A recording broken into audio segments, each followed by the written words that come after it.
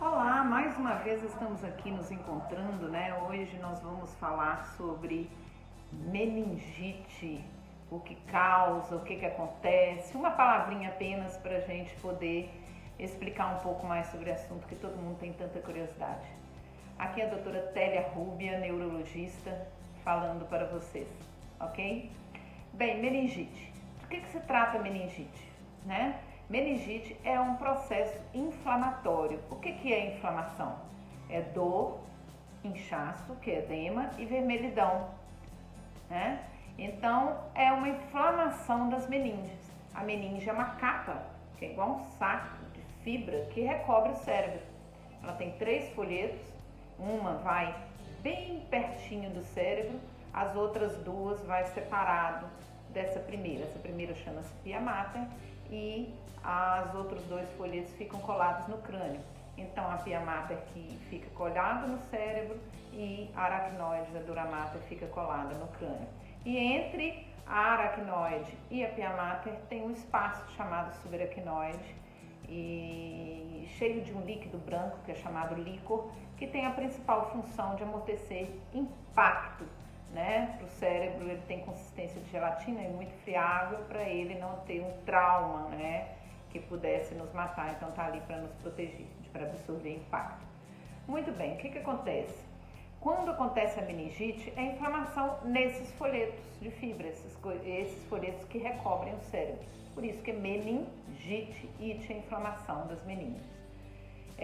No caso, quando a gente vai fazer o diagnóstico, a gente coleta o líquor desse espaço, que é o dito espaço subaracnoide, que vai do cérebro até a medula espinhal lá embaixo, né? E a gente coleta esse líquor. Se ele tiver com alteração, mesmo macroscópica, que é visto com o olho nu, ele está com um aspecto turvo, purulento, porque quer dizer que tem uma infecção, que normalmente ele tem um aspecto de água de rocha, bem cristalina, né? Quais são os tipos de meningite?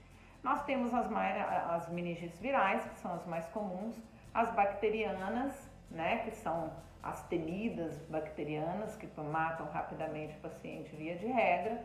Nós temos as mais crônicas, que são as fúngicas, e mais raro as causadas por parasitas.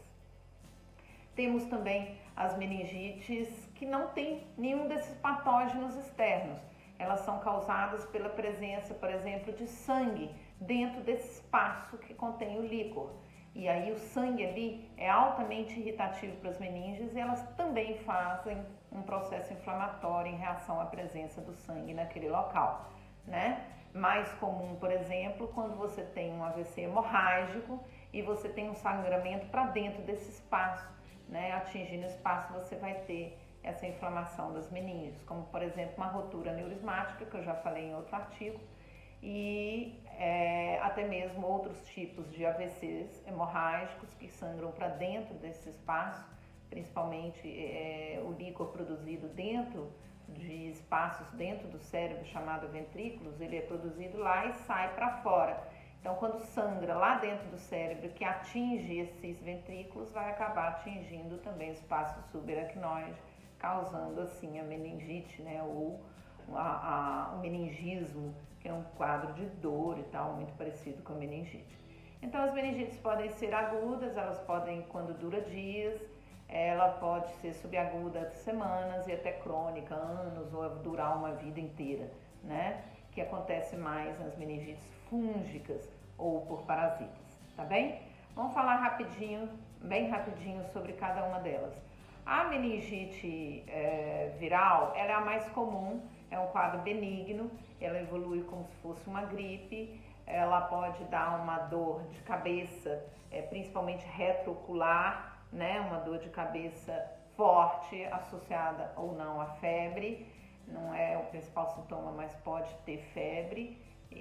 O meningismo, por causa da irritação das meninges, então quando você levanta a cabeça, o paciente denota uma rigidez, porque é um dor que ele sente na hora, ele está rígida, esse movimento de flexão da cabeça de forma passiva, não ativa, né? E pode durar até 2 semanas. Geralmente a gente trata com sintomáticos.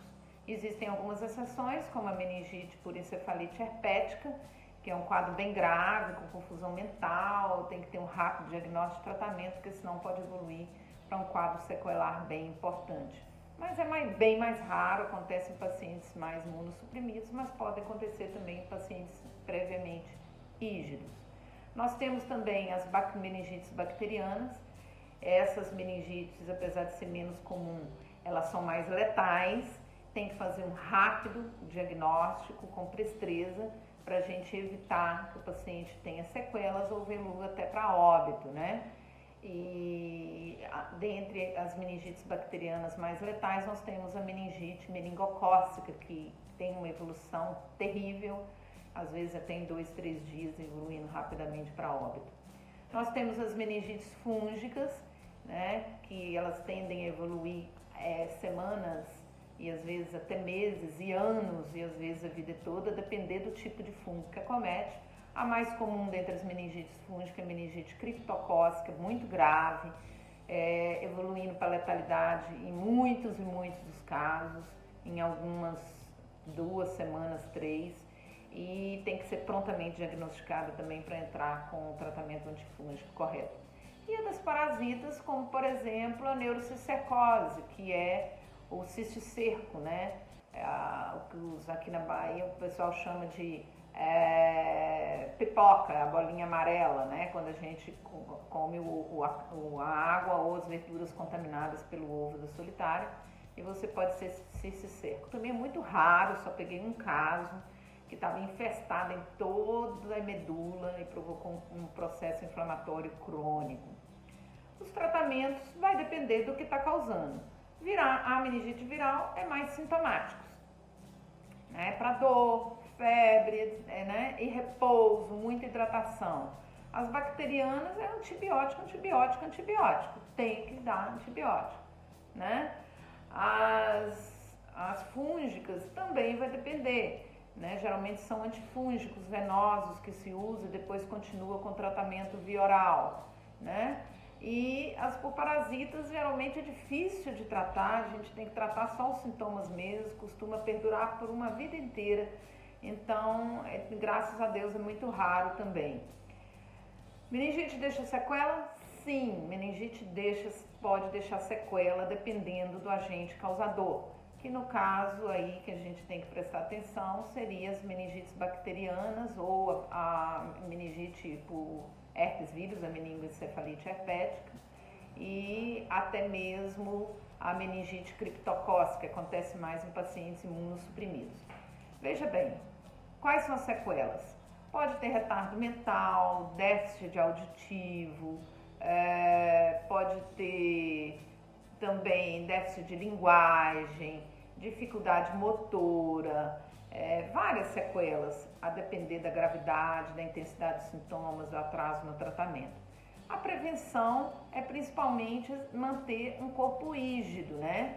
Atividade física, alimentação saudável, evitar perder sono, estresse, estafa, e sempre que tiver alguém com meningite bacteriana, procurar atendimento médico para poder fazer a profilaxia daqueles que estão perto, principalmente no que tange a meningite meningocócica, que é uma meningite contagiosa, diferente, por exemplo, da pneumocócica, que não é, tá? Mas um bom neurologista vai saber tratar de maneira adequada.